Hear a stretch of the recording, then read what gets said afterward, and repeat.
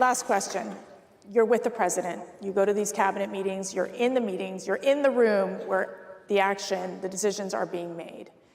Tell us about that relationship with President Trump. Well, let me just say this. President Trump is exactly the opposite of everything that I believed him to be, I basically drank the Kool-Aid that he was this, bombastic narcissist who didn't read books, was ill-informed. And then, now I know exactly the opposite. He's the opposite of a narcissist. He's an empath. You'll see that every time he talks about the Ukraine war, he talks about the casualties on both sides. You will not hear any Democrat ever talk about that. And he talks about the Russian kids who are dying. He gets the reports every week, and they make a huge impression on him about the death rates. 1,000 kids a day are dying over there. My son fought in Ukraine, and he's the only member of his military unit who survived. And he understands that these are people's children.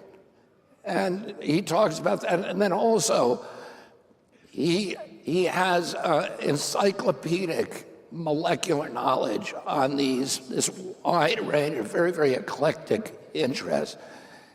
Music, Broadway shows, pro wrestling, football, every sport, golf, and business and Wall Street. He knows how everybody made their money and what deals they made. And he tells stories all the time about it. It's just one after the other. And one time during the campaign, I was on the airplane with him, and we were sitting across the table from each other eating McDonald's, drinking Diet Coke.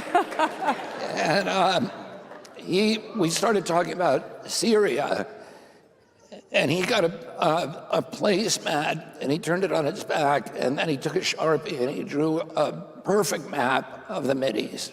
And then he put the troop strength of every country on every border on that map. And it just, it challenged a lot of the assumptions that I had been told about him. He has, he has this extraordinary depth of knowledge about what's happening in each one of the agencies, my agency and the others. And, and then he has an instinct for making good choices.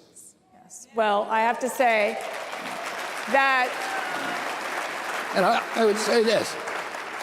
I think my uncle, John Kennedy, understood the uses of power better than any president who's preceded him. I think Donald Trump understands the uses of power better than probably any president that we've had, at least since Roosevelt and maybe in American history.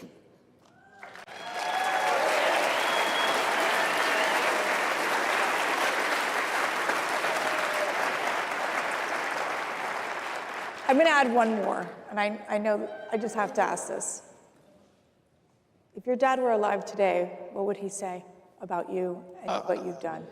I mean, everything that I've done in my life and the choices I made in my career are choices that I think my father and my uncle would support. I think that if they were around today, that they would be making the same kind of choice that President Trump is about Iran, about Ukraine, about trying to raise up the middle class. I'll tell you something that, I grew up in a Democratic Party when the Democrats owned 30% of the wealth and the Republicans owned 70% of the wealth.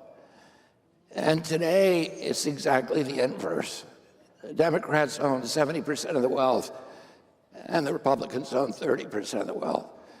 And the Democrats are no longer on the side of the middle class. They're contemptful of it.